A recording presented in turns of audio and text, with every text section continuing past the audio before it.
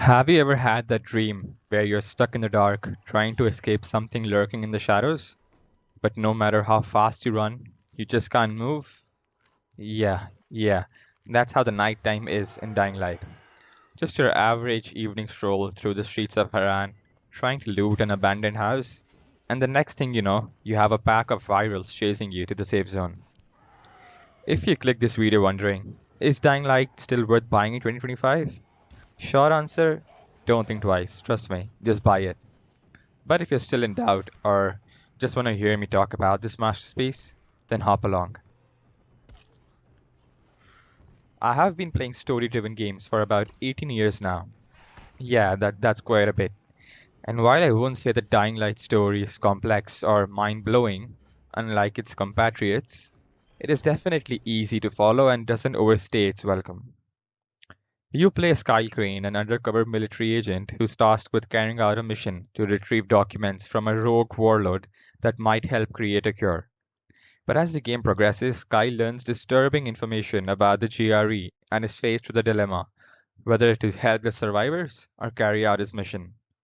While the main story is solid, the real charm lies in the side quests. They go deeper into how humanity reacts when the world falls apart, and each quest makes you feel much more connected to the world rather than it being a fetch this, kill that kind of stuff. Oh, and the DLC? It's the perfect conclusion to Kyle's journey, in my opinion, and I genuinely hope the upcoming DLC, Dying Like the Beast, lives up to the hype. The soundtrack by Pavel Blazak is just phenomenal.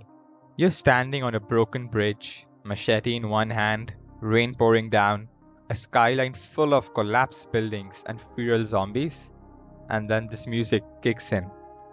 Yeah, that's a whole vibe, trust me. This is hands down one of the most immersive zombie survival games ever made. I know, wait, you must be thinking, The Last of Us? In my opinion, The Last of Us comes pretty close in terms of immersion, but I say Dying Light is slightly better in terms of immersion. I repeat, I'm not talking about the overall game and the story, I'm talking about specifically about immersion. There's ample of exploration in the game apart from the side quest, where you can learn more about the city and further add to the lore by collecting notes scattered throughout the ravaged landscape. The game features a classic level up system with upgradable skills and weapons, letting you build your survival kit based on your preferred playstyle. It's flexible and never feels restrictive. But, lads and lassies, the crown jewel is the parkour. And not only the clunky kind you force yourself to tolerate, this is fast, gritty, responsive movement that becomes second nature the more you play. Sprinting across crumbling rooftops, vaulting over fences, scaling ledges, and climbing up towers while a volatile hunts you under moonlight, you're gonna feel muscles tighten in places at your body you never knew existed.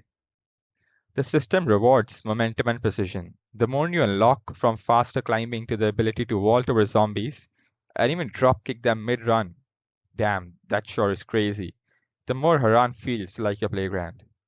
Once you unlock the grappling hook, the game transforms. No more getting cornered on rooftops, you're zipping across buildings, yanking yourself out of danger, and pulling off stunts that would make Spidey do a double take.